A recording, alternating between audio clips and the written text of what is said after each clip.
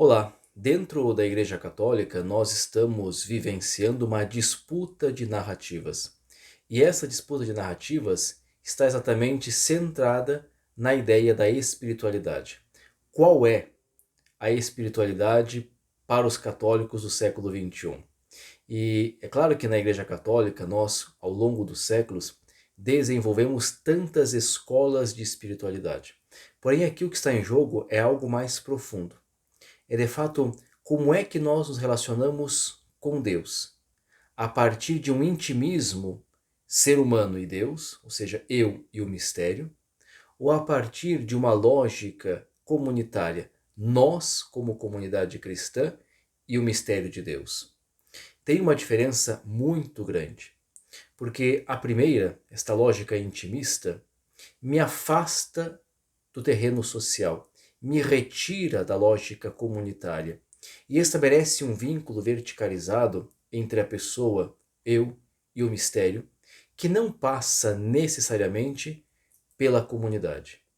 A segunda forma de espiritualidade, nós e Deus, entende que a relação com Deus ela é mediada pela comunhão com os irmãos.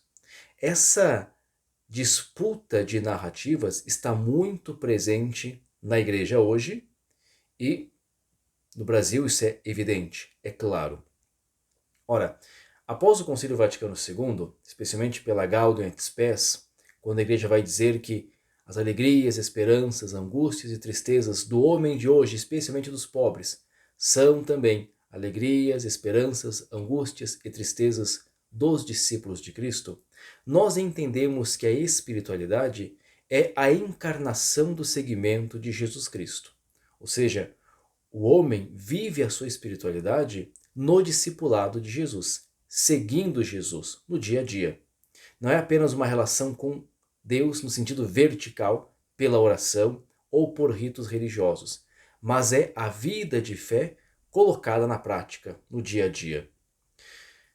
Na América Latina isso foi muito forte e consistente, ganhou muita força, de modo muito particular, pelas conferências do episcopado latino-americano, que enfatizaram esta vivência da fé encarnada na realidade dos nossos povos. Isso começa a ser minado e a partir das décadas de 90, especialmente 80, 90, com o crescimento do pentecostalismo católico, se mina essa espiritualidade e se coloca no lugar uma espiritualidade intimista que nós já havíamos superado com o concílio. Esta ideia de eu e o mistério. A minha salvação, a salvação da minha alma é o principal. Isso tudo não é inocente.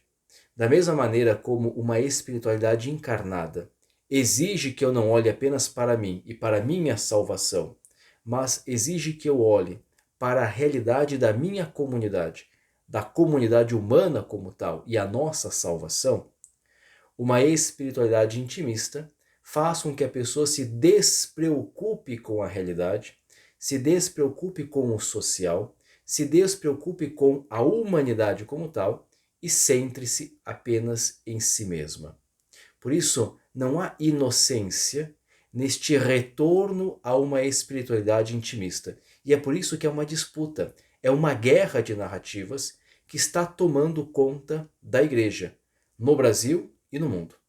Francisco tem clareza da opção que a igreja fez no Concílio Vaticano II e pede que nós façamos esta opção, que nós entendamos que a nossa espiritualidade é o segmento de Jesus Cristo dentro da realidade onde nós nos encontramos e que não existe salvação, como também não existe vivência do Evangelho, não existe discipulado fora da relação com a comunidade, fora dos vínculos sociais, fora de um olhar para além de si mesmo, mas para a humanidade.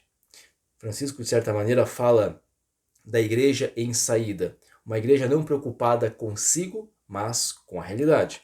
Como o concílio falava de uma igreja sacramental, uma igreja que não existe para si mesma, mas para o mundo. A nossa espiritualidade, o modo como nós nos relacionamos com Deus, com o mistério, não apenas diz quem somos, mas diz também em qual Deus nós cremos. E é por isso que é importante retomarmos a espiritualidade que o concílio busca nas fontes bíblicas.